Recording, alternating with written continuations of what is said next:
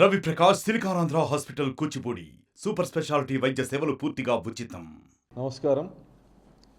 ఈరోజు నా సహచర శాసనసభ్యుడు జగన్మోహన్ రెడ్డి గారికి ప్రజాస్వామ్యం గుర్తుకు రావడం చాలా ఆనందపడాల్సినటువంటి సమయం.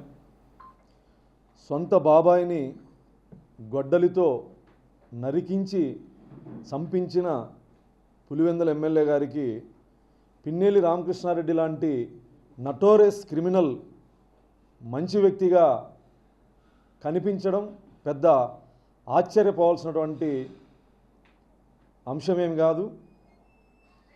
చంద్రయ్య అనే ఒక బీసీ నాయకుణ్ణి నడి రోడ్డు మీద గొడ్డలితో నరికించిన పిన్నెల్లి రామకృష్ణారెడ్డి 20 సంవత్సరాలుగా మాచర్ల నియోజకవర్గంలో జరుపుతున్న నరమేధం, 14 క్రిమినల్ కేసులు ఉన్నటువంటి నరహంతకుడు, భూకబ్జాదారుడు, దౌర్జన్యపరుడు, పేద ప్రజల్ని పీల్చి పిప్పి చేసినటువంటి ఈ నటోరియస్ క్రిమినల్ పిన్నెల్లి రామకృష్ణారెడ్డి అనే వ్యక్తి జగన్మోహన్ రెడ్డికి సౌమ్యుడు, మంచి వ్యక్తిగా కనిపించడం, బహుశా 30 కేసులున్న జగన్మోహన్ రెడ్డి 14 కేసులున్న పిన్నెల్లి రామకృష్ణారెడ్డి మంచి వ్యక్తిగా కనిపించుండొచ్చు.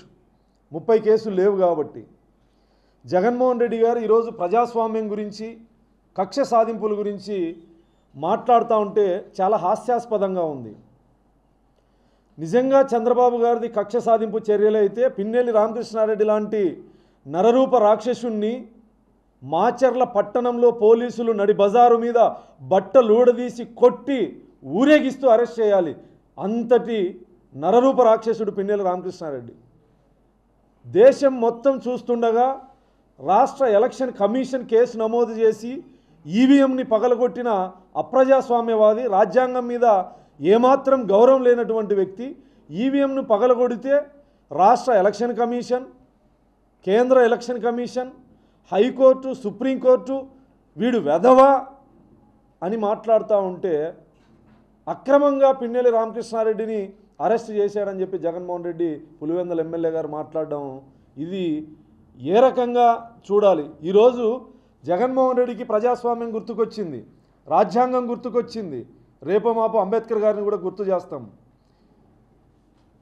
సొంత నియోజకవర్గంలో ఒక దళిత మహిళని అతి కిరాతకంగా అత్యాచారం చేసి హత్య చేస్తే స్థానిక శాసనసభ్యుడిగా, ఈ రాష్ట్ర ముఖ్యమంత్రిగా కనీసం మీడియా సమక్షంలో కూడా ఖండించని మీరు, ఆ కుటుంబాన్ని పరామర్శించని మీరు, నీ తాడేపల్లి ప్యాలెస్కి అతి సమీపంలో భర్త సమక్షంలో ఒక మహిళని అత్యాచారం చేస్తే నోరు మెదపని మీరు, మీ ఎమ్మెల్సీ డ్రైవర్ సుబ్రహ్మణ్యాన్ని చంపి డోర్ డెలివరీ చేస్తే వాణ్ణి పక్కన కూర్చోబెట్టుకొని రాజకీయాలు చేసేటువంటి మీరు, ఎమ్మెల్సీ పదవి నుంచి బర్తరాఫ్ చేయకుండా వాణ్ణి ఎమ్మెల్సీని అరెస్ట్ చేయనీయకుండా ఉన్నటువంటి మీరు ఈరోజు రాజ్యాంగం గురించి, ప్రజాస్వామ్యం గురించి మాట్లాడుతూ ఉన్నారంటే అసలు ఏ రకంగా మేము దీన్ని వ్యక్తపరచాలో కూడా అర్థం కానటువంటి పరిస్థితి. ప్రశ్నించిన పాపానికి చిత్తూరు జిల్లాలో ఓం ప్రతాప్ని మద్యం రేట్లు సోషల్ మీడియా వేదికగా ప్రశ్నిస్తే తెల్లారే లోపు పెద్దిరెడ్డి రామచంద్రారెడ్డి అనుచరులు చంపినటువంటి సందర్భం, ఈ రోజుకి ఎవరు చంపారో కూడా తెలియనటువంటి సందర్భం.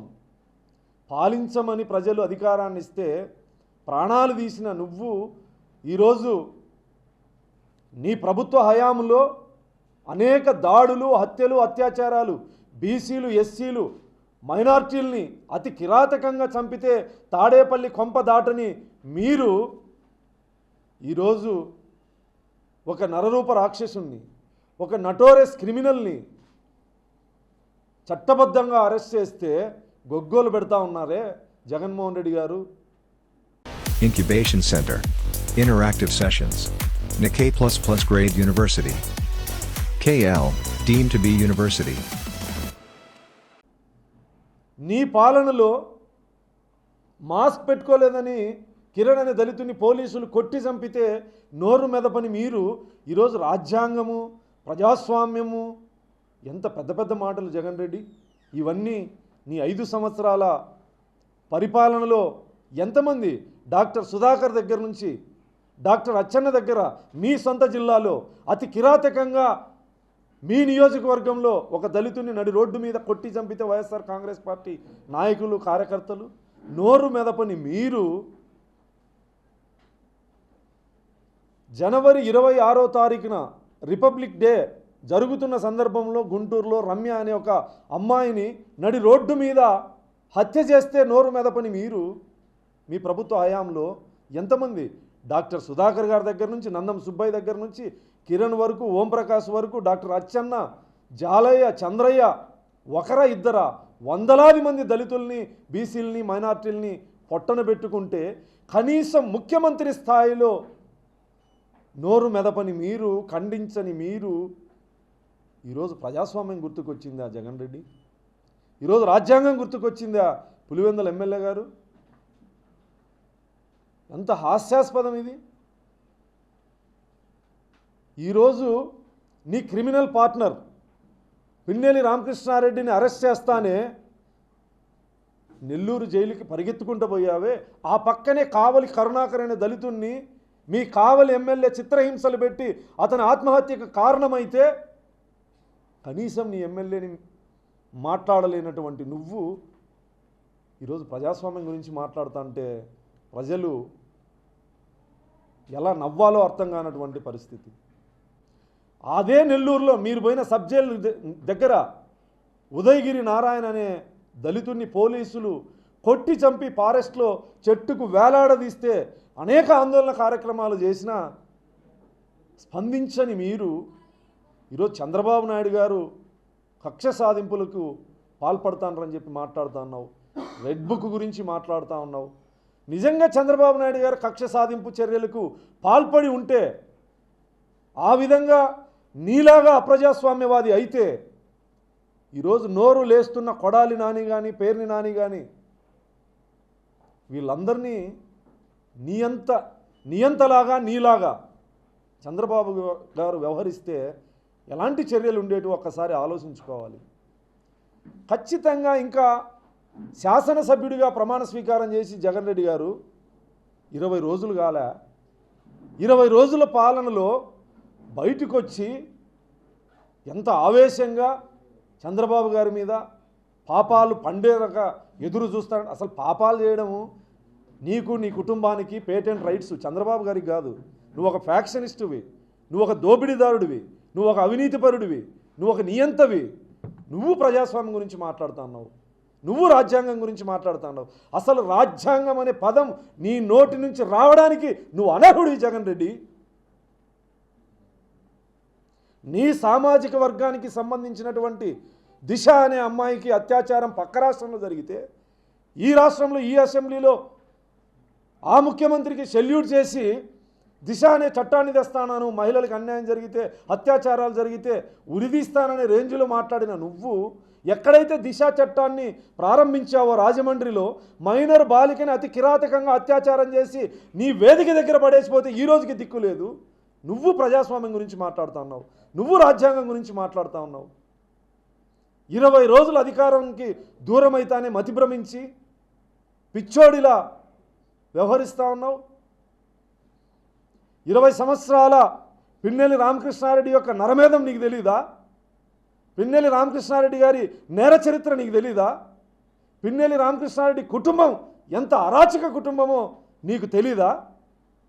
ఈరోజు నీ క్రైమ్ పార్ట్నర్ని ఏ రకంగా అయితే చట్టం న్యాయం పనిచేసి చట్టం అరెస్ట్ చేసిందో ఖచ్చితంగా నీ క్రైమ్ పార్ట్నర్ దగ్గరికి నువ్వు కూడా వెళ్ళేటువంటి రోజులు దగ్గరలోనే ఉన్నాయి జగన్ రెడ్డి.